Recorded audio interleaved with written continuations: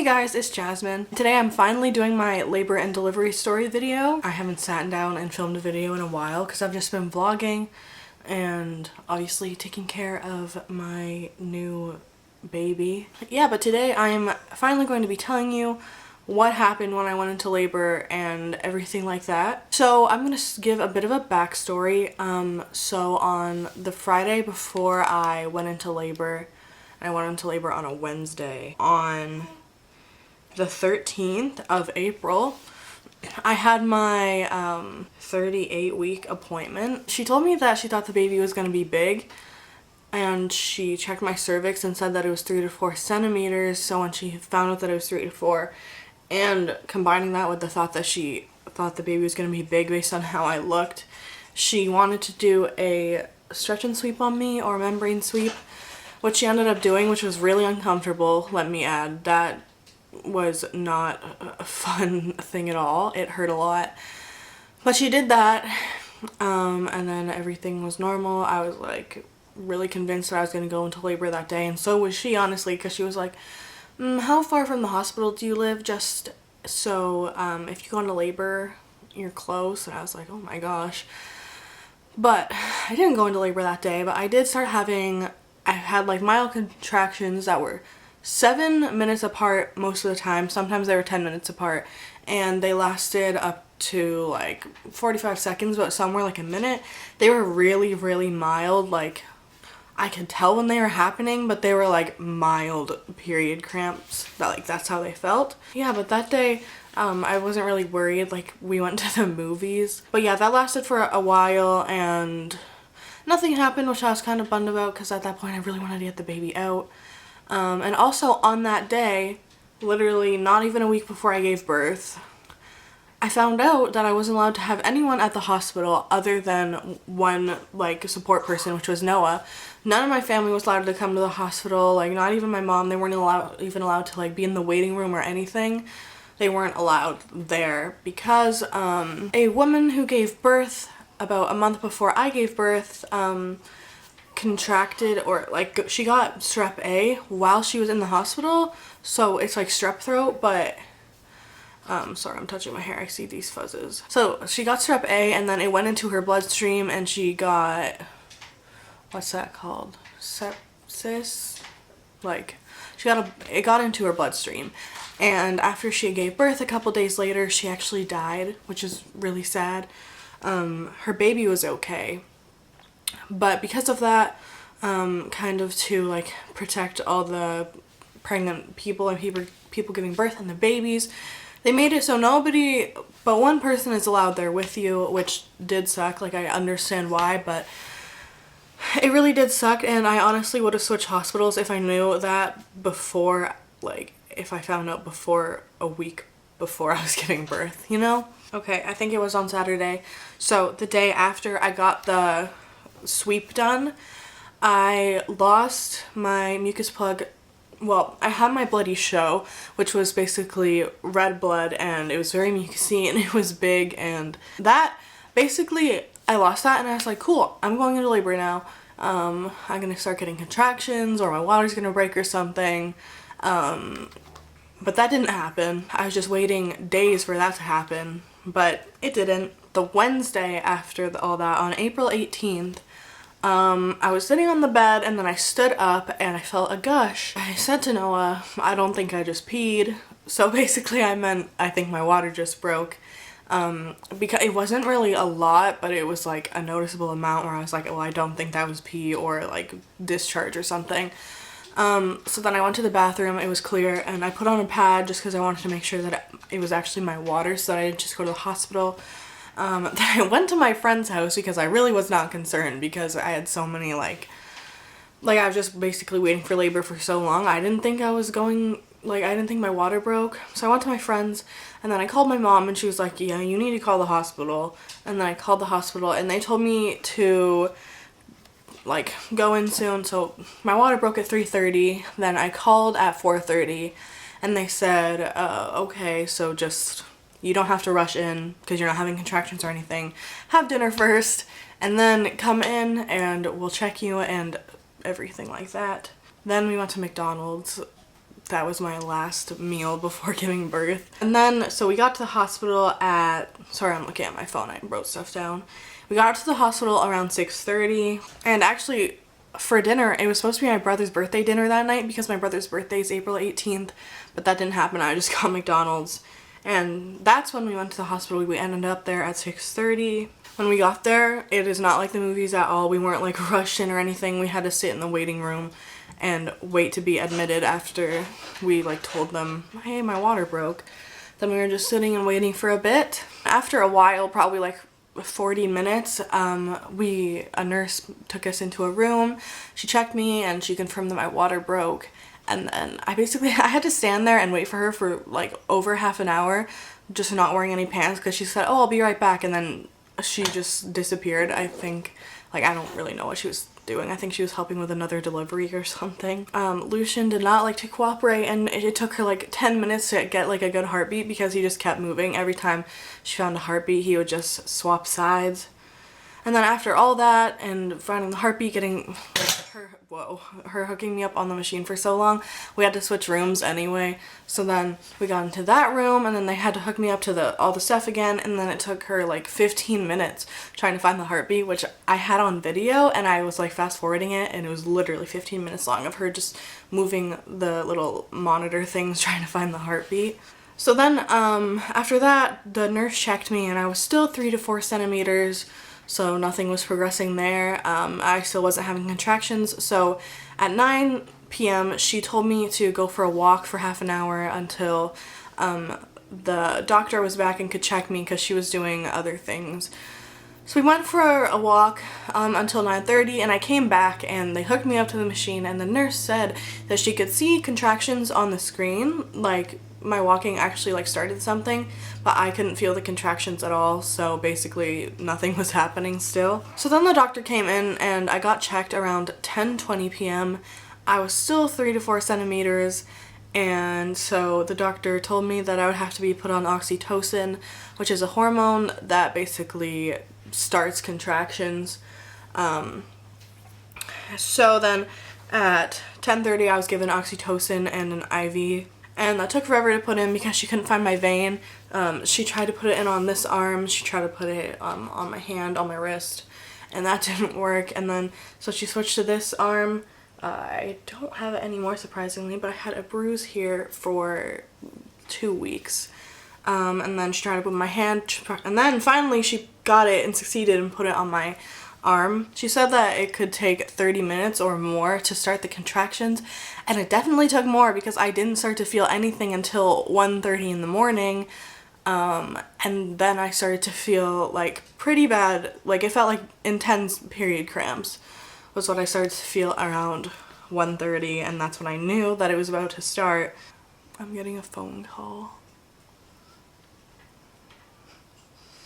I can't refer to my notes because I'm getting a call. Who is it? Your mom. So those contractions were about 3 minutes apart to start and lasting 30 to 45 seconds. And I could feel them, but they weren't like I didn't want to die yet. Now after only 10 minutes of just that, all of a sudden my contractions were terrible. It was terrible. I don't know, take your worst period cramps and times that by like 100, and that wasn't even as bad as they got. But that's what I started to feel after 10 minutes, and those started to be every 2 minutes apart, lasting 45 seconds to 1 minute, and then after about an hour of that, like them staying the same, like pain, I finally asked for the epidural. The nurse told me to ask for it like as soon as I wanted it because like the anesthesiologist might be busy, so they had to like put my word in. But he basically came right away. So that was around like 2:30, like 3 a.m. And honestly, the epidural did not hurt, and everyone says that the freezing hurts. It really doesn't. I didn't even feel it. It does feel a little bit cringy going in the back. It just feels like it's kind of getting stuck when they put it in. The part that I did not like was when the actual like stuff was going into my back. It it felt like someone was putting wires into my back. Like I felt like a robot. It felt like cold and like stuff moving around on the bottom of my back. It was very weird, not really painful, just uncomfortable, and like I was cringing. Then here's my epidural horror story. So my epidural worked until around 4:30 a.m. I didn't get any sleep or anything, but I was very, very relaxed. If you watched my birth vlog, you'll see that I was extremely relaxed, like basically the most relaxed I've ever been. I couldn't feel the contractions. I got a nice break. I was like living life. And then at 4:30 a.m. I started to feel pain on my right side, and then I didn't really think anything of it. I honestly was just like, oh, maybe I just need more epidural. So I didn't say anything to the nurse for a little bit because I just kind of wanted to see if it was fixed itself. And then I tried to switch positions just to see if maybe that was the problem. And then it was really starting to hurt, and I told the nurse, and she said, oh, it's probably just because you're laying on your one side for a long time. So I switched sides, and that didn't help, and the contractions were getting progressively worse, like so terrible. Yeah, I could not talk through them at all. It was so hard. I just had to breathe through them, which really did help, but all I could do was, and I was breathing like so loud. I was trying to do like breathing techniques, and the nurse like wasn't saying anything while I was like dying over there. She was just like staring at the computer screen, and I was basically like begging for help. And then she was like, oh, it's probably just because the baby's on that side. And I knew that that wasn't why, because if that was the case, it would probably just be like my stomach that it was hurting. But on my left side, I couldn't feel any contractions, and I could, like, my leg was numb. I could barely move it. Then on my right side, I could like completely move my leg. I could completely feel it. I could feel the contractions. Like, I could just feel everything on my right side. But I was just like, okay, like, you're the nurse, you probably know better than me. And then so after a long time of her not really doing anything and me being like, yeah, I need more epidural, she was finally like, okay, well, I'll get the anesthesiologist. So she did. She like asked for the anesthesiologist, but he was busy for 2 freaking hours. So I was dying through these contractions, and I was like, well, honestly, I wouldn't have got the epidural. Like, I would have just gone natural if it was gonna like be this long of me dealing with the pain, because I thought this was supposed to help with the pain. But it wasn't at all. So then at a little bit after that, of me waiting for the anesthesiologist for so long, the nurse asked me if I wanted to try natural gas. So I said yes, because it was like terrible pain. These contractions were a minute apart, lasting like 45 seconds or longer, like lasting a minute every minute. Like, it was terrible. So she gave me the natural gas, which you basically just hold to your face and you breathe in. But I hated it because it made my whole body like numb. It made me feel really lightheaded, like if you suck in too much helium. But actually made, when I was talking, it made my voice deep instead of like high. But I hated it. I tried to drink water and I couldn't feel it go down, and I was just like, nope, I'm stopping this right now. So yeah, I stopped that after a while, and then someone came in, a nurse came in like 10 minutes later, around 7:30. I honestly didn't know what she was giving me. All I knew was that it was pain medication, so I was just like, okay. It was actually more of the epidural, but I didn't know. So she gave me a button, and she said, okay, push this every 10 minutes, a lot in the beginning, just so that it starts to work. So, and then she was like, push it every 10 minutes just so you don't like overdose. It'll turn on after 10 minutes. So I pushed it like 3 or 4 times, I think 3 times, until basically I couldn't feel the contractions anymore. And then around 8, a little bit after 8, someone came in and she checked me, and she was like, oh, you're 10 centimeters. And I was like, I was just 3 to 4. How am I 10 centimeters? So basically then I was like, oh my gosh, like I'm about to have to push. And it just like hit me. And I pushed the epidural thing so much that I could not move my left leg. And that's how I know that it was only working on my left side, because there was so much epidural on my left side that I could not move my left leg at all. My right leg was a little bit dead, but I could still move it. But yeah, my left leg was not cooperating. The nurse told me that I should do a practice push so they could see if I was like ready to push, so she could get the doctor. So no one had to hold my leg up. The nurse had to hold my right leg up a bit, but I could like do it. But Noah had to completely hold my left leg up because I couldn't even like pick it up off the table even with my arms. Like it was freaking dead. So I did a practice push. I could not feel anything. So I could not feel the pushing, which honestly, lucky for me, but do you mind? What's going on here? No. What's going on? Go away.